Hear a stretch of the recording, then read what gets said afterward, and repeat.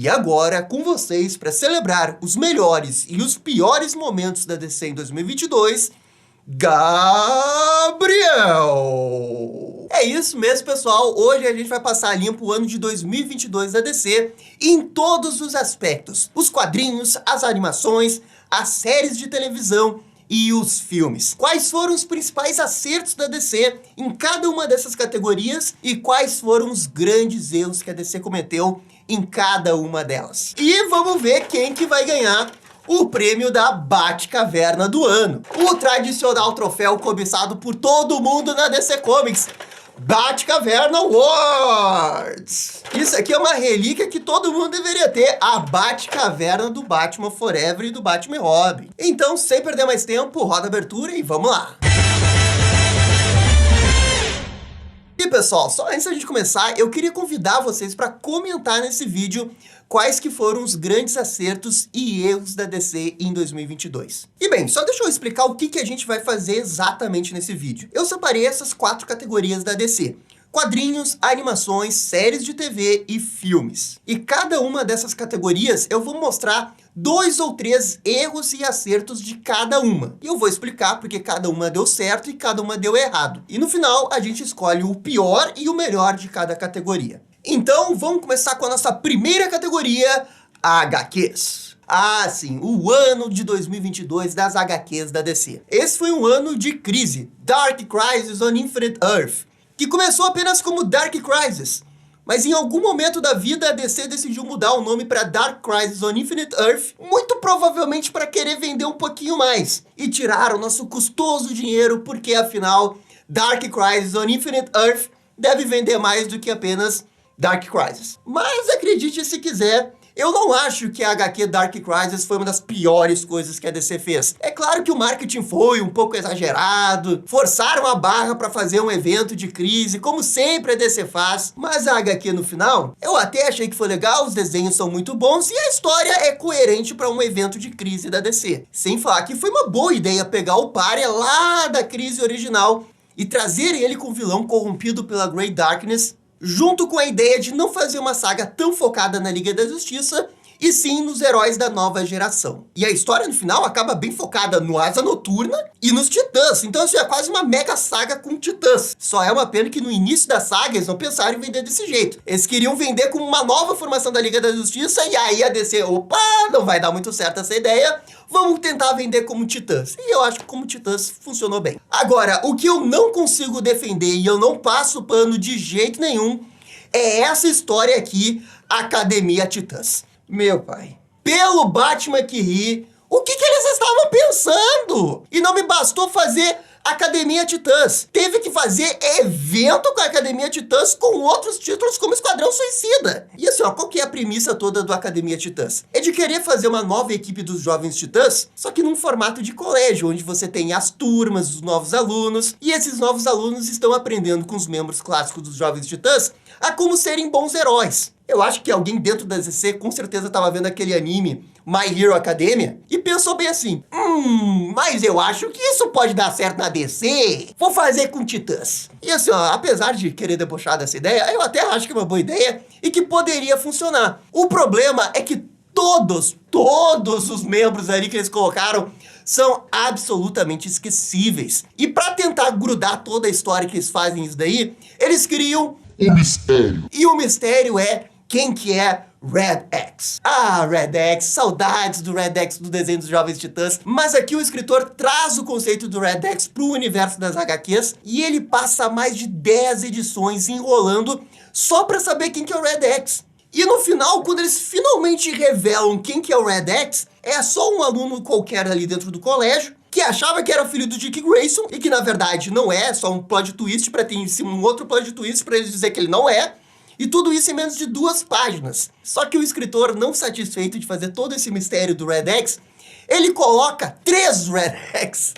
Ah, meu Deus. Tem o Red X original, o segundo Red X, o terceiro Red X e o segundo volta podendo ser até um novo Red X. É uma bagunça. Ah, sim, eles também fizeram uma fusão do Mutano com o Cyborg. Por sorte não deu certo e algumas edições depois eles voltaram atrás. Pra mim, sem sombra de dúvidas, Academia Titãs é uma das piores coisas da DC nesse ano. E agora vamos falar do acerto, que foi o retorno do Mark Waid nas HQs da DC. Ah, o mundo precisava da sua volta. As HQs do Mark Waid, a World Finest, agora a nova do Batman vs Robin, são HQs deliciosas de se acompanhar. Mark Waid sabe fazer uma história do Batman, sabe fazer uma história do Superman. Ah, como ele sabe fazer uma história do Superman. E aí ele traz a dinâmica World Finest de volta e joga Patrulha do Destino, joga um Robin, uma história com uma vibe muito forte de clássica, mas ao mesmo tempo é atual e com alguns detalhes que até lembram animes. Porque foi nessa HQ do World Finest que eles fusionaram o Batman e o Superman com um anel do Lanterna Verde. Isso aconteceu e foi demais. E quando ele virou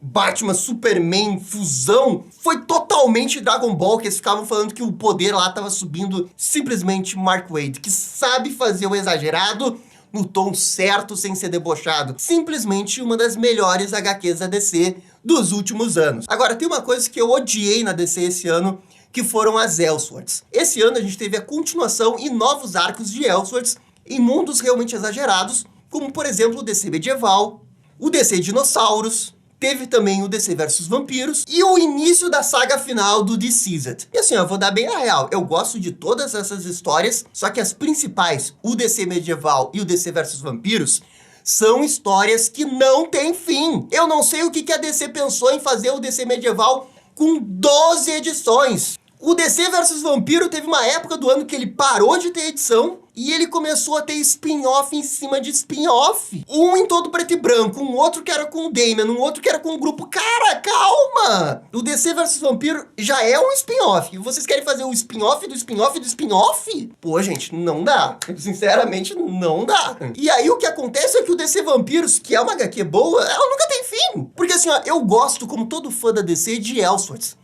Acho que elas são fantásticas. Batman by Gaslight, adoro. Speeding Bullets, adoro. Mas o quanto que essas histórias precisam ser gigantes? Mais de 10 edições, pra quê? O Deceased 1, por exemplo, é uma HQ que entrou pra história das Elseworlds da DC, mas ela não tem 10 edições, ela tem 6. Pô, assim, eu quero realmente que as histórias Elseworlds da DC, elas terminem. E tudo bem, eu entendo, o lado comercial faz, mas realmente, assim, ó, tudo tem limite. O DC vs Vampiros não tinha fim. E por isso, pra mim, esse é um dos grandes erros da DC desse ano. Esticar essas histórias que não haviam necessidade de esticar tanto assim. Agora, aqui é um exemplo de HQ longa que eu não achei exagerado e que funcionou maravilhosamente bem esse ano. A saga do Superman na Action Comics, com ele fora do planeta, enfrentando o Mongul e iniciando uma revolução no Warworld. Gente, que saga maravilhosa, talvez uma das coisas mais legais com o Superman nos últimos 3, 4 anos. Sinceramente, assim, ó, eu não ficava tão empolgado com a história do Superman desde o início do Rebirth, quando tava o Peter Tomasi fazendo aquela run histórica do Superman com a família dele. E essa HQ, assim, ela tem tudo. Ela tem momentos massa velho, mas ela tem Superman na sua essência. O símbolo S é a esperança iniciando uma revolução no planeta. E tem Superman com o cabelo grisalho do lado. Pô, sinceramente, né? Demais. Ah, eu acho que essa é a melhor HQ da DC esse ano. E por fim, um erro e um acerto. Porque a DC, em 2022, ela conseguiu se organizar. E isso é um acerto, porque ela começou a publicar novas HQs, e HQs, assim, ó, talvez de personagens que você nem esperasse. A HQ da Era Venenosa, que é boa, continuou focando no Black Label, teve boas histórias do Black Label. Mulher Gato, Lonely City, é uma Black Label muito legal da Mulher Gato. Então a DC, que no ano passado a gente falava que, pode vir a enfrentar uma crise, diminuir consideravelmente o número de seus quadrinhos, a DC se saiu muito bem editorialmente publicando suas HQs. Só que ao mesmo tempo que ela se saiu bem, também é daí que vem um outro erro dela, que a dependência das histórias do Batman aumentou. Porque assim, ó, isso é uma coisa que sempre vem aumentando, mas esse ano aumentou muito. Pô, esse ano teve semanas que das 14 HQs que a DC publica durante a semana, 10, 11 eram com o Batman ou tinha um personagem do Batman na capa.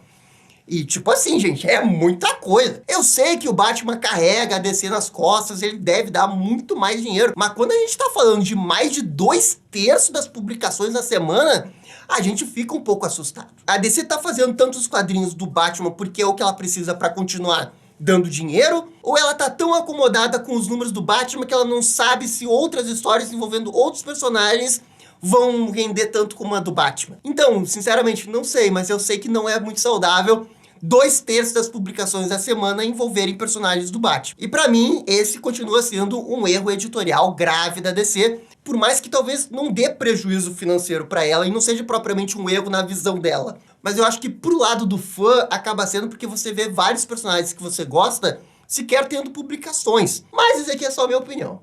Então assim, ó, vamos pro Batcaverna Awards da HQ. O prêmio da melhor coisa que a DC acertou esse ano é a Action Comics do Superman. Ah, Superman no Battleworld, demais. Simplesmente demais. E eu acho que você mereceu o título da melhor HQ do ano. E o prêmio da pior coisa é a Academia Titãs. Me desculpa, mas esse mistério do Red X, ele me fez ficar com raiva. E assim, ó, eu tento sempre ver o lado positivo das coisas da DC, mas o Academia Titãs eu não consigo. E cada vez que eu penso na história, mais raiva eu fico. Não, pra mim a pior coisa das HQs da DC...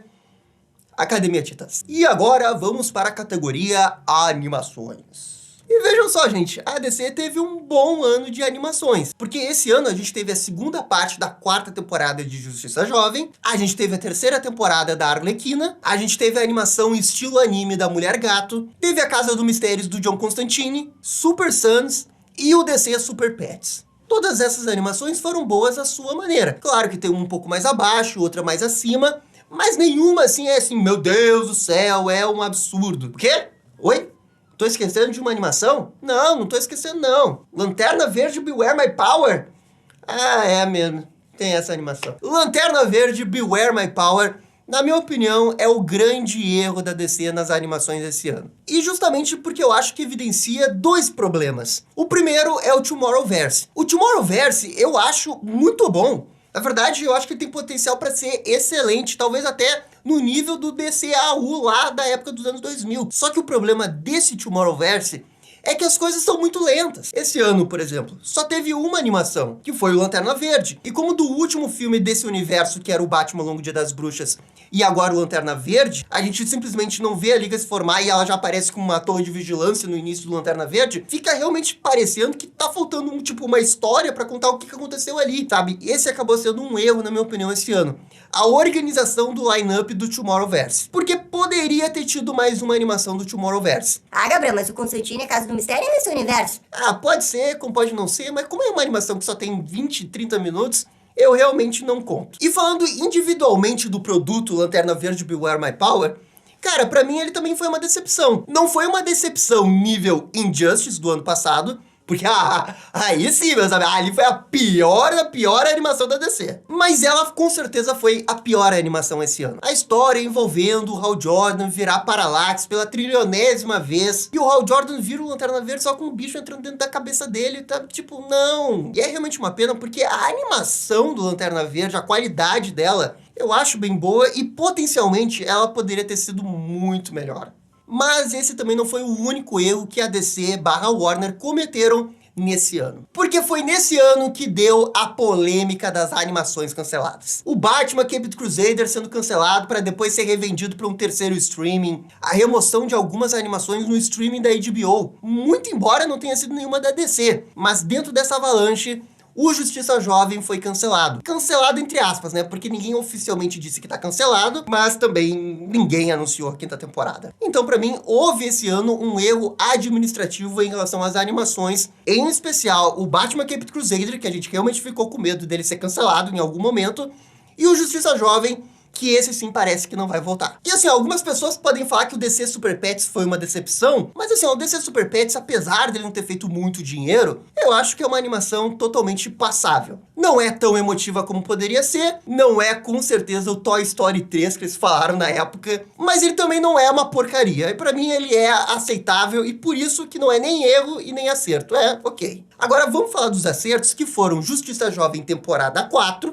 Arlequina temporada 3, e o Super Sons. Essas 3 animações, sim, elas merecem serem mencionadas pro Batcaverna Awards. A 3ª temporada do desenho da Arlequina, muitas pessoas falaram que não é tão boa quanto a primeira e a segunda. E beleza, eu até concordo que ela não seja tão boa quanto a primeira e a segunda, mas mesmo assim, o desenho tá na 3ª temporada. É natural ele querer buscar novas formas e novos personagens pra explorar. E na minha opinião, o desenho faz uma temporada espetacular. Tanto é que o melhor episódio da temporada é o Batman Forever Begins, é um episódio que tem a Arlequina, mas é muito sobre o Bruce Wayne. E eles resumem muito bem a persona do Bruce Wayne nesse episódio. É um episódio fenomenal. E eles usam a figura da Arlequina brilhantemente como psicóloga ali. Ela realmente dá conselhos bons pro Bruce criança dentro da cabeça dele. Então a Arlequina continua a ser, pra mim não tem erro, é uma animação espetacular. Talvez a versão definitiva da Arlequina esteja nessa animação. E o Super Sons, o Super Sons, ele foi demais, assim, a história foi muito boa. O ritmo, a direção foi muito boa. Eles conseguiram desenvolver muito bem a amizade do Damian com o John. É uma animação com muito coração, ela vibra. E essa, com certeza, seria a melhor animação da DC no ano se ela fosse em 2D. Mas como eles fizeram em 3D, esse 3D genérico aí que eu não gosto, apesar dos designs dos personagens serem muito bons, isso daí tira um pouco do brilho pra mim. E na minha opinião, o desenho da Arlequina até merece mais o prêmio do que o Super Sons. Mas a minha queda por Justiça Jovem ainda fala mais alto. Justiça Jovem, temporada 4, segunda parte da temporada, pra mim foi espetacular. Do início ao fim, da saga final até o casamento do Superboy com a Miss Martin. Pra mim foi incrível. E o Justiça Jovem, ele tem o tom da animação que eu mais gosto, que é essa animação séria, com uma pegada de mundo real, onde o universo da animação que eles criaram ali, ele tem vida. O que aconteceu no passado reverbera no futuro, os personagens têm camadas. Eles parecem pessoas de verdade. Eles sentem a dor. E essa é uma temporada que fica muito comigo, porque eu gostei demais. Mas não é tão boa quanto a segunda, não é tão boa quanto a primeira. Não é tão boa quanto a primeira nem a segunda. Pra mim, a primeira é imbatível. Mas de tudo que a DC fez esse ano, nada eu gostei mais do que a quarta temporada de Justiça Jovem. E é por isso que, pra mim, Justiça Jovem ganha o prêmio de Batcaverna Awards. E também pelo fato de ser cancelado, então eu vou desfazer a justiça dando esse prêmio pra eles, porque ele merece. Justiça Jovem pra sempre. E agora vamos pra terceira categoria, séries de televisão. E olha, gente, esse foi um ano espetacular também pra séries de TV da DC. Mas junto com um grande ano espetacular, também vem um grande asterisco. E é aqui que eu vou falar o único e grande erro das séries de TV desse ano da DC, que foi o final da temporada do Flash. O que foi aquilo? Esse daqui foi tão ruim, mas foi tão ruim que não dá pra nem concorrer com outros. Não há explicação do que eles fizeram no final dessa oitava temporada. O Flash Reverso ganhando uma super nova armadura. E daí, ao invés de ele ficar correndo, ele fica soltando raiozinhos no meio da cidade. Não. E aquele poder do chicote tentáculo? Não dá pra lembrar. Não dá pra lembrar. Porque assim, a série do Flash, um dia ela já foi boa. Hoje ela virou motivo de piada. Ela não tem mais orçamento pra fazer nada. E fica esse negócio aí que as pessoas não gostam e as pessoas que gostam tentam gostar, mas elas sabem lá no fundo que não tá bom. Infelizmente, o Flash agora vai ter a sua última temporada, a 9ª, e ele vai ter menos episódios. Não vai ser uma temporada completa de 20 e poucos episódios, vão ser apenas 13. E com um orçamento diluído em menos episódios, talvez eles consigam fazer efeitos melhores. Talvez eles consigam fazer uma homenagem final pro Flash, que é realmente uma última volta pra gente se divertir com o personagem. Porque ali, o que aconteceu no final da oitava, eu já não acho divertido. Sinceramente, eu acho tortura. Não, eu lembrei de um outro. Que foi o crime que fizeram com o John Diggle. Não! O John Diggle, o melhor personagem do Arrowverse, que passou por toda a jornada lá na série do Arrow, que termina o Crise ganhando o anel do Lanterna Verde.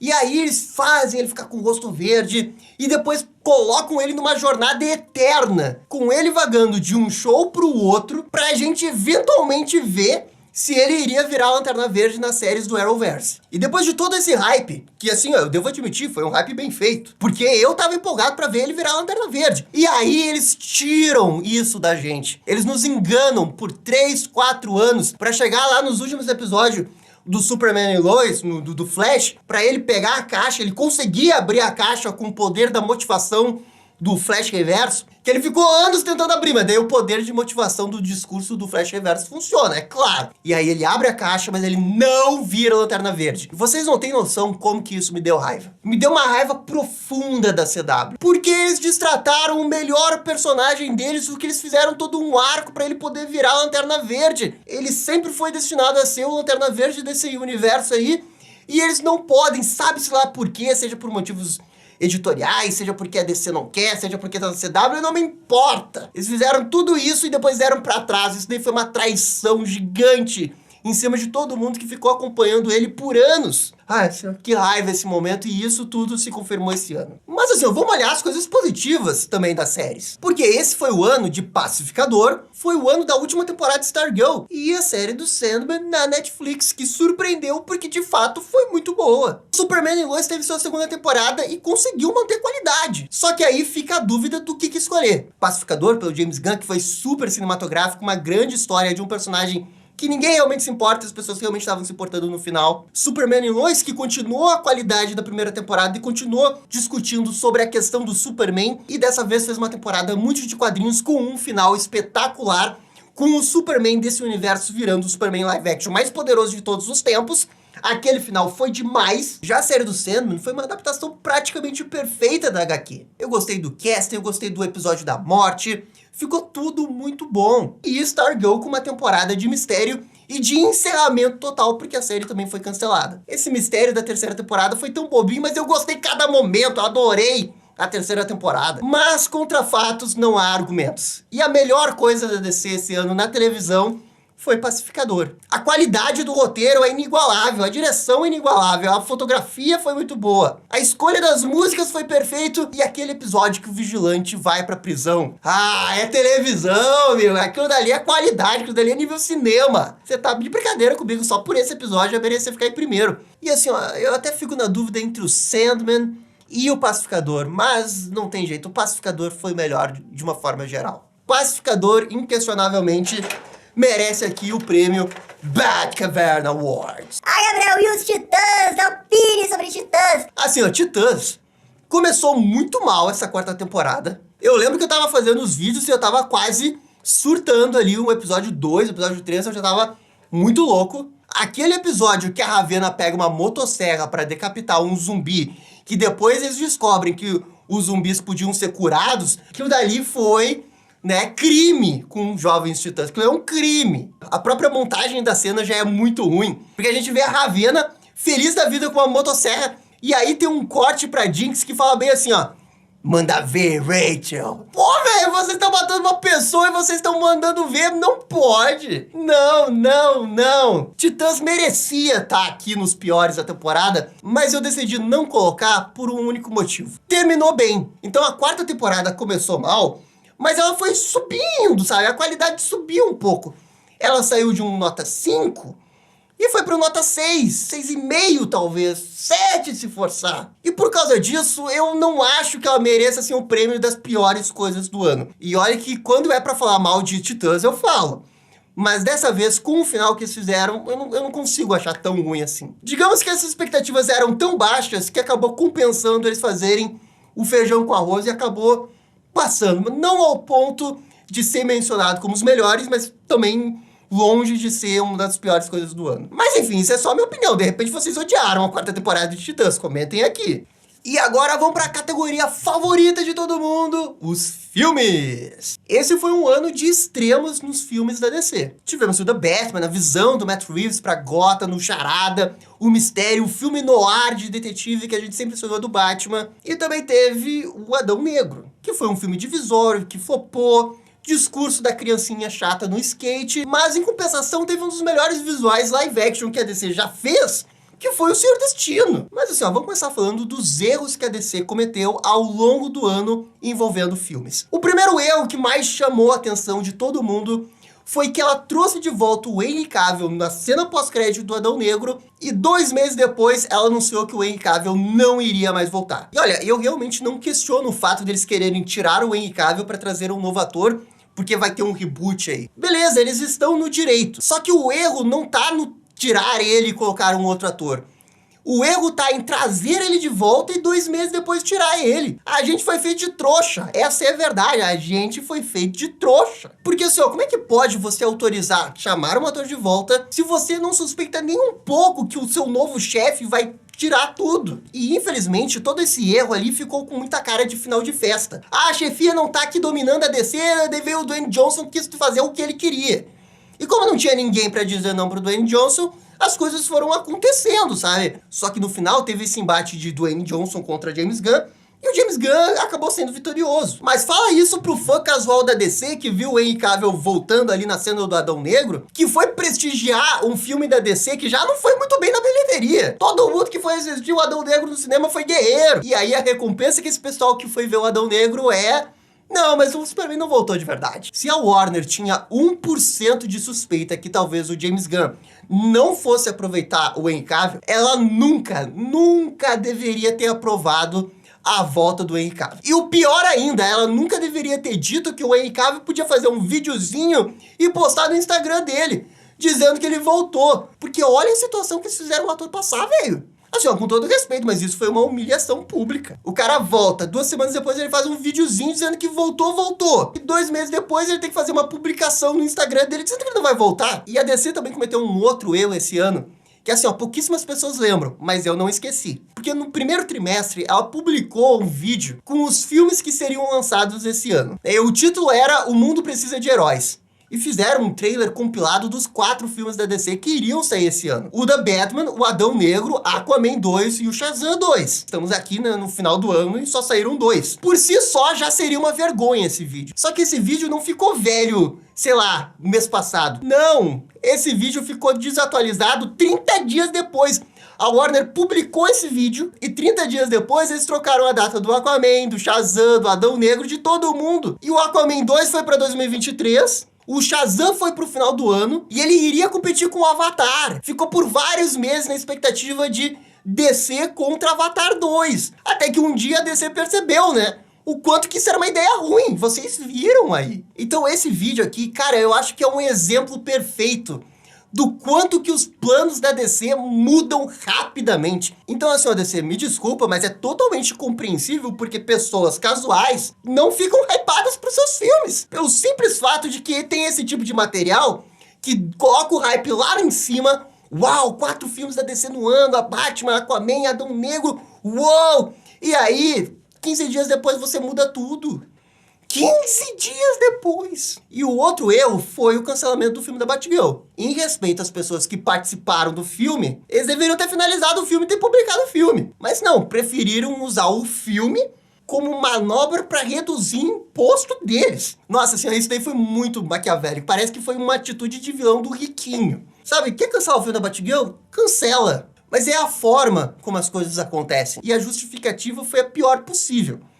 Vamos nos livrar de imposto. Pô, pelo menos tenha a coragem de dizer que você não gosta do filme, você acha que não vai ganhar dinheiro, e fala isso pra todo mundo, sabe? Não fique vendo, mas o imposto, não sei o que, aqui, por favor. Mas assim, ó, desses 3 problemas que eu citei, pra mim o grande erro foi do Henry Cavill. Sabe, porque você realmente fica numa expectativa e eles dão um twist em cima de você. Só que você entende que o que eles estão fazendo talvez no futuro reverbere uma coisa boa pra DC. Só que ao mesmo tempo é frustrante porque tudo que você acompanhou por 10 anos não vale por nada porque você sabe que eles não vão fazer um filme de encerramento do Superman Henry Cavill. Não vai ter isso. Ele simplesmente vai, né, tchau. E bem, agora vamos falar dos pontos positivos, que basicamente foi o The Batman. Só que o The Batman não é uma coisa positiva, é a coisa positiva. É a melhor coisa de super-herói que a gente teve esse ano, no geral. Tanto Marvel quanto DC, o melhor filme de super-herói esse ano é o The Batman. Um filme diferente, com autoralidade, com uma história boa, jornada de personagem, um Batman perto das HQs, o Batman detetive que muitos fãs sempre sonharam em ver. E eles colocaram tudo isso em tela e ficou incrível. Viver o hype do The Batman foi muito legal. E ver que o hype se confirmou e o filme que de fato tem sido tudo isso pra mim, foi incrível. Me fez respeitar ainda mais essa obra. E conforme os outros filmes de super-herói iam saindo no ano, eu passei a valorizar ainda mais o Batman, porque ele é muito diferente dos demais. E é um filme que transcende o seu gênero. Ele é um dos melhores filmes do ano, e ponto. E eu acho que já seria a melhor coisa que a DC fez no filme, só pelos primeiros 20 minutos, aquela abertura fenomenal. Só que assim, ó, eu também acho que esse não foi o único acerto nos filmes da DC. Porque no início do ano se falava que não ia ter mais Superman no DCU. E no final do ano a gente termina falando que vai ter um novo Superman, um filme do Superman. E embora eu não tenha gostado da decisão como aconteceu a mudança mudança do Henry Cavill para um novo ator, eu apoio a decisão, mas principalmente porque agora a gente tem uma pessoa que sabe que o universo da DC passa pelo Superman. A gente saiu daquele momento que eu acho que seria um grande erro da DC de tirar o Superman do universo, e agora a gente com certeza vai ter um Superman. Né? Entenderam que o que aconteceu. E com isso também vem o que eu acho que é o outro acerto da DC, que é a definição do presidente da DC, o James Gunn.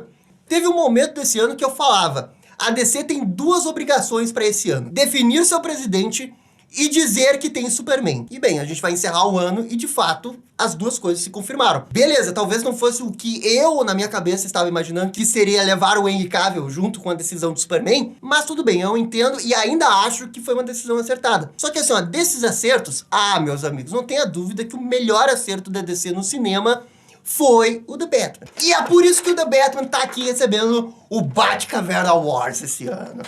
The Batman, você mandou bem demais. Gabriel, e o Adão Negro? Então, gente, o Adão Negro esse ano pra mim tá tipo os Titãs. Não foi um desastre, meu Deus, é o pior filme de super-herói de todos os tempos, mas também não foi nada demais. Pra mim ele é um filme nota 7, nota 6,5, ele passa ali com as calças na mão, mas, assim como Titãs, ele tem cenas vergonhosas, que foi aquela cena do menino com skate. Ele usando o skate, né, pra trazer a revolução de Kahndaq ali, não dá. Mas o pior de tudo é o discurso. A cena do discurso é muito ruim. O cara tá começando uma espécie de revolução em Kahndaq, metendo discurso motivacional, e aí, obviamente, ele tem que fazer um símbolo, porque agora todo mundo tem que ter um símbolo no filme de super-herói. E ele tem que falar com o menor entusiasmo possível. Povo de Kahndaq, temos que nos unir para enfrentar o mal, as múmias. E o pior é que ainda tem, tipo, 5 pessoas escutando o discurso. Eu odeio esse final do Adão Negro, é muito ruim. Só que assim, ó, o resto do Adão Negro eu não acho tão ruim assim. Eu acho passável. Ele tem boas cenas de ação, ele tem bons efeitos, os visuais são incríveis, as roupas são incríveis. Eu gosto do visual de Kahndaq. Então assim, ó, eu entendo que ele flopou, eu entendo que muitas pessoas odiaram o filme. Ele certamente tem motivos pra você odiar. Mas eu não odeio, eu só acho que é um filme genérico de super-herói e que poderia ter sido muito melhor se não tivesse uma criança com skate, né, quebrando o clima do filme. Mas eu não chego ao ponto de dizer que ele foi a pior coisa da DC. Pra mim, ainda foi o erro do The Rock de trazer o Superman o Henry Cavill e, acima disso, a Warner deixar. Pra daí 2 meses depois dizer que não. E isso daí foi pior. Porque aí você tá brincando com a qualidade do produto do filme, você tá brincando com um fã, você tá brincando com o Henry Cavill, você tá brincando com todo mundo, assim, só pra achar que talvez deu uma coisa que não deu. Assim, foi um desastre. Mas enfim, gente, esse foi o nosso Batcaverna Awards esse ano. Eu quis fazer um pouco diferente aí com os erros e os acertos pra poder ser um vídeo mais divertido. Mas enfim, gente, eu quero saber a opinião de vocês. O que vocês acham que a DC mais acertou e mais errou esse ano? Por favor, comentem aqui embaixo. E no mais, gente, é isso daí. Muito obrigado e dá-lhe DC! E esse foi o vídeo dos grandes acertos e erros da DC de 2022. E aí, gostaram ou não gostaram? Deixem suas opiniões nos comentários. E se curtiram o vídeo, deixe aquele joinha e inscreva-se no canal para ficar sabendo absolutamente tudo sobre Batman. Obrigado, gente, e até a próxima. Tchau, tchau!